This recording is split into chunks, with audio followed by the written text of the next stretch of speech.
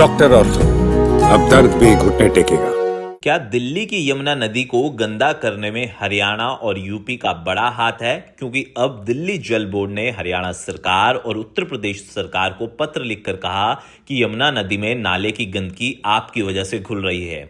आप देखना शुरू कर चुके हैं channel for news Delhi NCR 24/7।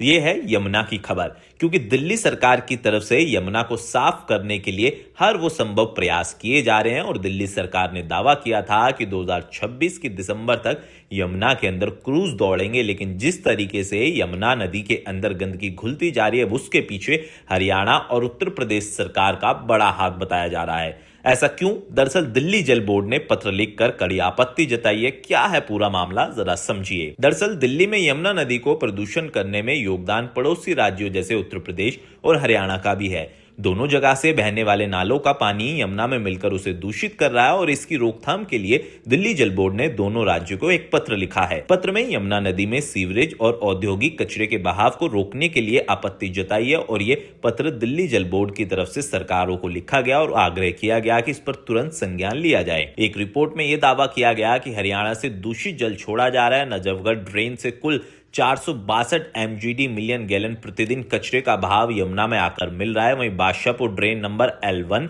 और कुंडली औद्योगिक क्षेत्र से ड्रेन नंबर 6 के जरिए यमुना के अंदर 105 MGD यानी गैलन कचरा रोजाना पहुंच रहा है और ये कहीं ना कहीं यमुना को दूषित करने में बड़ा प्रभाव डाल रहा है। आपको बताएं कि यमुना नदी की सफाई दिल्ली में बीजेपी की जिम्मेदारी है, क्योंकि 8 महीने की सरकार बनने के बाद दिल्ली सरकार ने दावा किया है कि आने वाले 3 सालों के अंदर यमुना पूरी तरीके से क्लीन हो जाएगी और यमुना के अंदर क्रूज भी चलेंगे। लेकिन जिस तरीके से हरियाणा उत्तर प्रदेश के राज्यों से यमुना के अंदर दूषित कचरा आ रहा है, उसको देखकर तो ये नहीं लगता कि यमुना 2027 तक साफ हो पाएगी।